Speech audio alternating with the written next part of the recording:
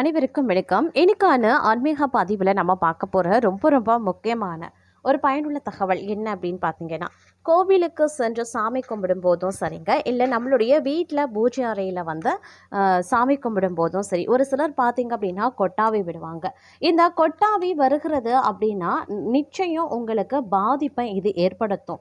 இவை தான் அதற்கு காரணமாக இருக்கும் அப்படின்னு சில புராணங்களில் வந்து சில விஷயங்கள் வந்து சொல்லப்பட்டிருக்கிறது.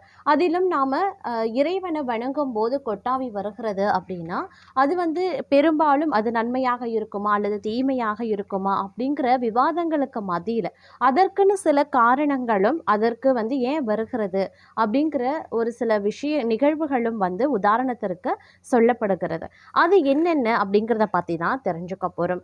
பெரும்பாலும் இந்த கொட்டாவி அப்படிங்கிறது எல்லா இடத்துலையும் நமக்கு வருது அப்படின்னாலும் கூட பலரும் வந்து சாமி கும்பிடும்போது கொட்டாவி விடுறது கிடையாது. ஒரு சிலரால் மட்டும்தான் இந்த பூஜை அறையிலையும் சரி, கோவிலில் சாமி கும்பிடும் போதும் சரி கொட்டாவி விடுவாங்க.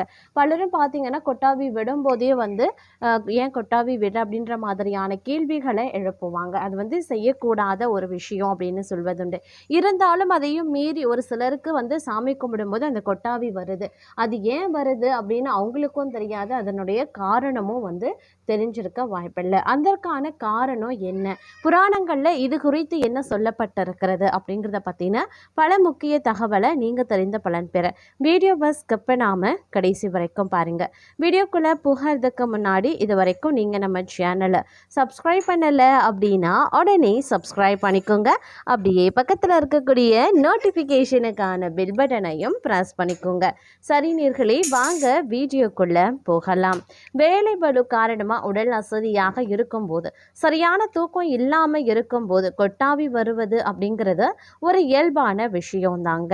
ஆனால் அவ்வாறு தொலைதூரமாக பயணிக்கும் போதும், வெகு நேரம் படிக்கும் போதும், வேலை செய்யும் போதும், இவ்வாறான நேரங்களில் உடல் சோர்வு காரணமாக கொட்டாவி வருவது என்பதும் இயற்கையான ஒரு விஷயம். அவ்வாறு இல்லாமல் நல்ல சுறுசுறுப்புடன் ஆரோக்கியமாக இருக்கக்கூடிய நேரத்திலையும் கோவில்களுக்குள்ள செல்லும் போதும் கொட்டாவி வருவது அப்படிங்கிறது பலருக்கும் புரியாத அசாதாரண விஷயமாகவே இருக்கிறது. இதற்கான சரியான காரணம் என்ன அப்படிங்கிறத பற்றி இப்போ தெரிஞ்சுக்கலாம். அதாவது காலையில் எழுந்து குளித்துவிட்டு சுறுசுறுப்பாக நல்ல உற்சாகத்துடன் கோவிலுக்கு சென்று சாமி கும்பிடும் நேரத்தில் சரியாக சிலருக்கு தொடர்ந்து கொட்டாவி வந்து கொண்டே இருக்கும். இவ்வாறு கொட்டாவி வருவதற்கு காரணம் கோவிலில் நிறைந்திருக்கக்கூடிய நேர்மறை சக்திகள் உடலுக்குள்ள சென்று நமது உடலுக்குள் இருக்கக்கூடிய எதிர்மறை சக்திகளை வெளியேற்றுவது தான் இதற்கான முக்கிய காரணமாகும். கொட்டாவி என்றாலே கெட்ட ஆவி என்றுதான் பொருள்படுது. நம்மளுடைய உடலுக்குள்ள இருக்கக்கூடிய கெட்ட ஆவிகளை கோவில்களுக்குள் இருக்கக்கூடிய நேர்மறை சக்திகள் அழித்து நமது உடல்ல இருந்து வெளியேற்றுகின்றன. இவ்வாறு கெட்ட ஆவி என்று சொல்வதால பயப்பட வேண்டிய அவசியம் அப்படின்னு எதுவும் கிடையாது. ஆனால் இவை நமது உடலுக்குள்ள இருக்கிறதுனால பல நன்மை தரக்கூடிய காரியங்கள் தடைபட்டு கொண்டே இருக்கும். அது மட்டுமல்லாமல் குடும்பத்தில் சோதனைகள் வந்து கொண்டே இருக்கும். கண் திருஷ்டியினால் ஏற்படக்கூடிய தாக்கத்தினால நமது உடல்ல உண்டாகக்கூடிய எதிர்மறை சக்திகள் தான் கெட்ட ஆவி என்று சொல்லப்படுகிறது. இவ்வாறு கண் திருஷ்டியினால் உண்டாகக்கூடிய எதிர்மறை சக்திகளை அழிக்க நாம முறையான பரிகாரத்தை செய்ய வேண்டும். அதற்காக எலுமிச்சை பழத்தை இரண்டாக அரைந்து ஒரு பாதியில மஞ்சளையும் மறு பாதியில குங்குமத்தையும் பூசி எப்பொழுதுமே வீட்டு வாசல்ல இருபுறங்கள்லையும் வைக்க வேண்டும். பிறகு நிலைவாசற் படியில் எப்பொழுதும் எலுமிச்சை பழத்துடன் 5 பச்சை மிளகாய் ஒரு கரை துண்டு சேர்த்து கட்டி நிலைவாசற் படிக்கு மேலே தொங்க விட வேண்டும். பிறகு வாரம் ஒரு முறை வீட்டில் உள்ளவர்களை கிழக்கு முகமாக நிற்க வைத்து சிறிதளவு கல்லுப்பை இடது கையால் எடுத்துக்கொண்டு வீட்டையும் வீட்டில் உள்ளவர்களையும் சுற்றி போட வேண்டும். இவ்வாறு செய்யறதுனால நமக்கு தீங்கு அளிக்கக்கூடிய எதிர்மறை சக்திகளை நம்மிடமிருந்து வெளியேற்ற முடியும்.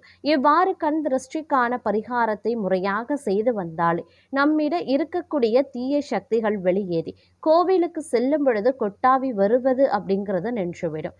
அது மட்டுமல்லாமல் கோவிலுக்கு செல்லும் பொழுது கொட்டாவி வந்தது என்றால் நமது வாய் வழியாக வரும் மூச்சுக்காற்று கடவுள் மீதும் விக்கிரகத்தின் மீதும் பட்டுவிடக்கூடாது. அவ்வாறு படுவது நமக்கு பெரும் கஷ்டத்தை கொடுத்துவிடும். நமது உடல்ல இருந்து வெளியேறும் கெட்ட ஆவிகள் மற்றவர்கள் மீதும் நமக்கு முன்னிருக்கும் கடவுள் மீதும் படாத அளவிற்கு ஒரு கைகுட்டை அல்லது துண்டை பயன்படுத்தி வாயை மூடிக்கொள்ள வேண்டியது அவசியம். இனிமே நீங்களும் கோவிலுக்கு செல்லும் பொழுது உங்களுக்கும் கொட்டாவி வருகிறதா இல்லையா என்பதை கவனித்து பார்த்து இந்த பரிகாரங்களை முறையாக செய்து நீங்க உங்களுடைய குடும்பத்துடன் நலமுடன் வாழ இறைவனை வேண்டிக் கொள்கிறேன். அதே போல இந்த கொட்டாவி அப்படிங்கிறது சாமி கும்பிடும் போது வரும் பொழுது அதை எவ்வாறு தவிர்ப்பது அப்படிங்கிற கேள்வி பலருக்கும் இருக்கும். அதே நேரம் இந்த கொட்டாவி அப்படிங்கிறது ரொம்பவே ஆச்சரியப்படக்கூடிய விஷயம் அப்படின்னு சொல்லிட முடியாது. ஒரு மனிதனுக்கு பார்த்தீங்கன்னா கொட்டாவி அப்படிங்கிறது வரக்கூடிய ஒரு பொதுவான நிகழ்வு தான். இது பார்த்தீங்கன்னா உடல் சோர்வு, மனசோர்வு, உடல் அசதி, தூக்கம் இல்லாமல் இருக்கிறது, சலிப்பு, அயர்வு, இறுக்கம், பசி ஆகிய ஏதேனும் ஒரு காரணத்தினால தான் கொட்டாவி வருகிறது.